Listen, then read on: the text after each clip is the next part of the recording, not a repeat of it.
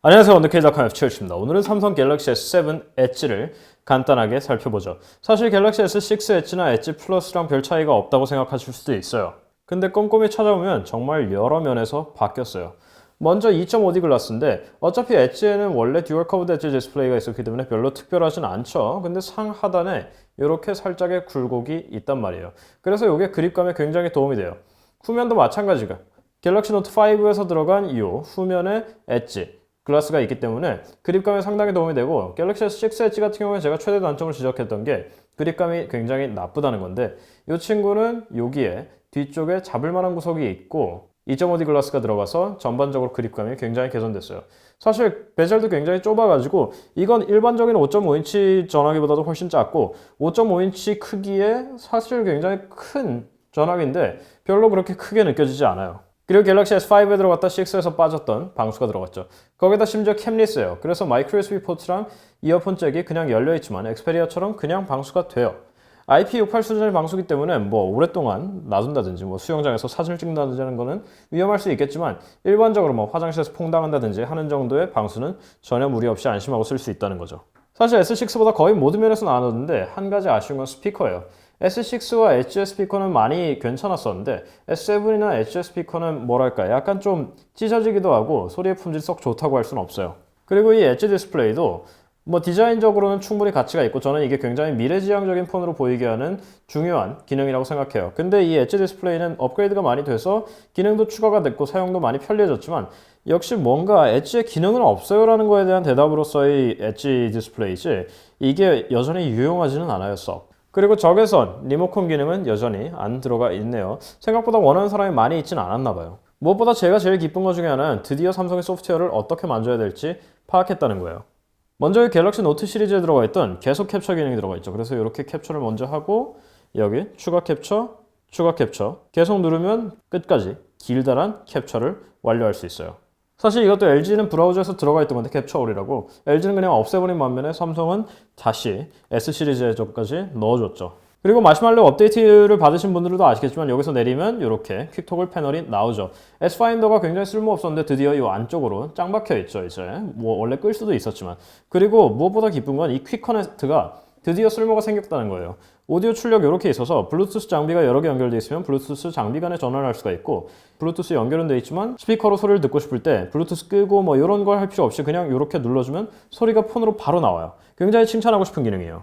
그리고 이 Always On 디스플레이, 이 항시 켜짐 디스플레이가 생각보다 꽤 쓸모가 있어요. 배터리는 1시간에 1%보다는 조금 더 많이 먹는 것 같아요. 특히나 이제 전화기를 놓고 잠을 잘 때는 계속 켜져 있으면 대기 시간은 꽤 많이 깎아먹어요. 근데 이게 생각보다 꽤 유용해요. 시간도 시간이지만 저는 달력이 여기 떠 있는 게 며칠까지 해드릴게요 할 때 이게 바로 보이니까 달력 앱을 최근에는 킨 적이 없네요.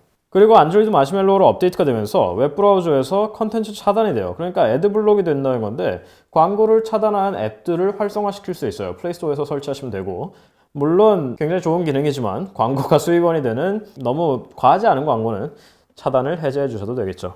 그리고 갤럭시 S6 때부터 제가 칭찬해온 기능인데 테마 기능도 여전히 건재하죠.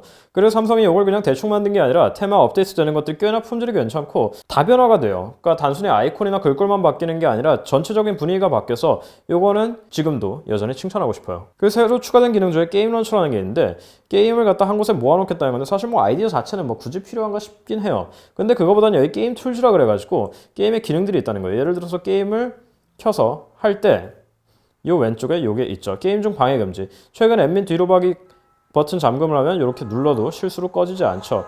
그리고 여기 화면 캡처나 녹화가 있는데 이렇게 게임 플레이를 녹화할 수 있어요. 녹화하고 게임 플레이와 함께 내가 말하는 목소리가 동시에 들어가기 때문에 게임 중계를 할 수 있다는 거죠. 근데 한 가지 아쉬운 거는 요건 되는데 이게 품질이 굉장히 떨어지더라고요. 여러 가지 프레임이라든지 품질이 영 떨어져가지고 이건 업데이트 개선이 될 수도 있겠지만 현재로서는 굉장히 실망스러워요. 그러고 이렇게 게임을 하다가 잠깐 내려놓고 다른 걸 해야 되겠다 싶으면은 이렇게 내려놓고 필요할 때 다시 눌러서 키면은 게임이 재개된다는 거죠. 삼성이 벌컨을 굉장히 자랑을 했었는데 이제 로우레벨 API죠. 성능 개선이나 이제 병목 현상 해소에 많이 도움이 될 텐데 벌컨 드라이버가 인증은 받았는데 아직 탑재는 돼 있질 않네요. 그래서 벌컨 게임은 테스팅을 못했어요. 소프트웨어에서 한 가지 아쉬운 점이 있다면은 이 버튼 조명 시간을 갖다가 조명 시간을 지정할 수가 없어요. 기본값이 1.5초고 갤럭시 S6에서 경량화를 내면서 이게 빠졌는데 여전히 안 들어가 있네요. 사실 왜 이거 뭐 어려운 기능도 아닌데 왜 빼놓은지 모르겠어요. 서드파티 앱을 개발해 주신 분이 있어서 감사할 따름이에요.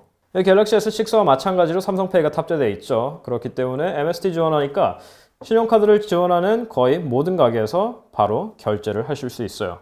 엑시노스 8890이 탑재되어 있기 때문에 거기에 UFS 2.0이 합세해서 뭐 전반적인 성능은 정말 놀라울 따름이죠. 스냅드래곤 820이 이번에 꽤 잘 나오고 그래픽 성능이 이거보다 낫다는 얘기가 있어가지고 엑시노스가 좀 덜한 건가 싶었는데 사실 벤치마크를 보니까 프레임 2, 3프레임 차이 나는 것 치고는 배터리 성능이 많이 차이가 나서 우리나라에 스냅드래곤 820이 아니라 엑시노스 버전이 나온 게 참 다행이라고 생각을 해야 될 것 같아요. 지금 시점에서는. 그리고 마이크로 SD가 돌아왔죠. 그래서 32기가 버전을 사시더라도 마이크로 SD 카드를 통해서 확장을 할 수 있어요. 이건 약간 번외격의 얘기인데 듀얼심 모델의 경우에 듀얼심이랑 마이크로 SD를 한 번에 같이 쓸 수 없어요.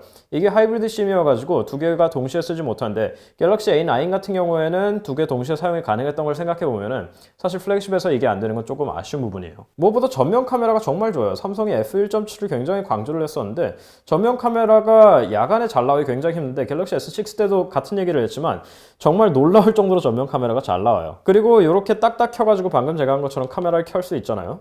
그리고 이 후면 카메라도 정말 사진이 잘 나와요. 사실 요거는 휴대폰 카메라에서 이렇게 잘 나와도 되나 싶을 정도로 잘 나오기 때문에 요건 더 이상 바랄 게 없을 것 같아요. 다만 요즘 문제가 되고 있는 왜곡 현상이 있는데 삼성이 이거를 갖다가 관광 렌즈니까 너무 당연한 현상이라고 얘기를 했는데 이건 사실 굉장히 무책임한 얘기죠.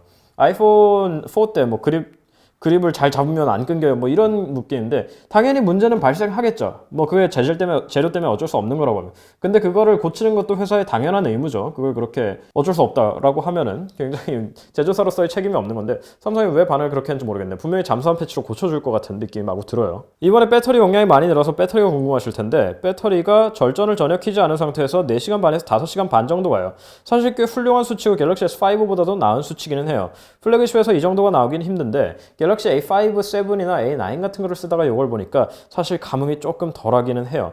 여하튼 충분히 괜찮은 배터리 시간이고 일반적인 기준으로 봤을 때는 굉장히 오래가는 축이에요. 퀵차지 3.0을 지원하지 않는 게 조금 아쉽기는 해요. 근데 뭐 프로세서 때문에 어쩔 수 없다고 하기에는 스냅드래곤 820 버전의 갤럭시 S7 엣지에도 마찬가지 퀵차지 2.0이 대신 탑재가 되어 있기 때문에 이거는 그래도 아쉬운 부분이에요. 대신 퀵차지 2.0도 충전 속도는 충분히 빠르고 무선 충전은 물론이고 고속 무선 충전까지 지원을 하기 때문에 그 점에 대해서 크게 걱정하실 필요는 없어 보여요.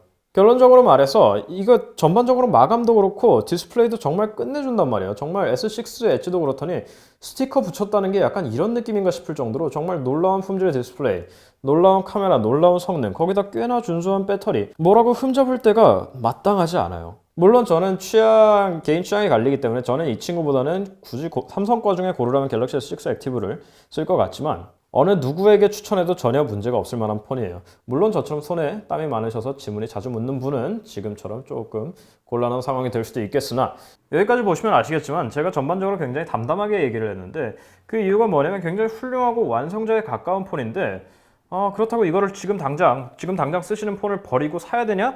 라고 하면 그건 잘 모르겠어요. 완성형에 가깝고 사실 거의 완벽에 가깝지만 우리 쓰는 폰 아직 멀쩡하잖아요. 뭐 큰 문제 없고 뭐 요즘 게임도 잘 되고 그래서 이거 당장 갖다 팔고 이거 사세요 라는 건 아니라는 거예요.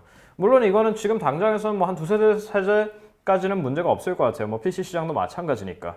그렇기 때문에 지금 당장 폰이 고장났다 아니면 뭐 폰을 이제 새로 사야 된다.